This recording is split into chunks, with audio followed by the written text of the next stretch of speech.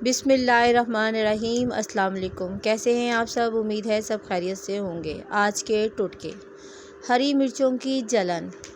ہری مرچیں کاٹنے سے پہلے تیل یا گھی ہاتھوں پر اچھی طرح مل لیں تو جلن نہیں ہوگی۔ اگر گوشت پکاتے وقت جل جائے، اس میں سے اسمیل آنے لگے تو تھوڑا سا دودھ ڈال دیں، جلنے کی بو ختم ہو جائے گی اور گوشت میں سے دوبارہ جلنے کی اسمیل نہیں آئے گی۔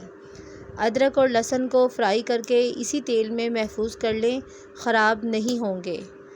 روٹی بیلتے وقت اگر آپ چاہتے ہیں کہ آپ کی روٹی بالکل صحیح ہو، کہیں سے موٹی اور پتلی نہ ہو، تو چاروں طرف یکساں دباؤ رکھیں بیلن کا، ورنہ روٹی پکاتے وقت اس جگہ سے کچی رہ جائے گی جہاں دباؤ کم پڑے گا اور وہاں سے موٹی بھی رہ جائے گی روٹی۔ لڈو یا برفی بنانے کے لیے آٹے کو پہلے سے گرم اوون میں بھون لیں، اس سے مزے میں اضافہ ہو جائے گا اور گھی کا خرچہ بھی کم ہو جائے گا۔ سالن میں نمک کم کرنے کے لیے اخبار کا صاف ٹکڑا یا آٹے کا گوندے ہوئے آٹے کا چھوٹا سا پیڑا ایک سالن میں ڈالیں، اس سے نمک کم ہو جائے گا اور بعد میں اسے سالن میں سے نکال دیں۔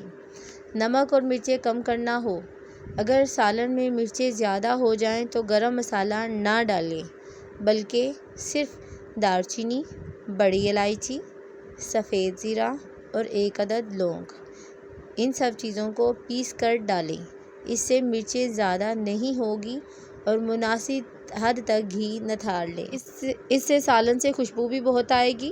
لیموں کا اچار خراب ہونے لگے تو اس میں چینی ڈال دیں، اور اگر آم کا اچار خراب ہونے لگے تو نمک ڈال دیں، اس سے اچار خراب نہیں ہوگا۔ ویڈیو پسند آئے تو چینل کو سبسکرائب کر دیں۔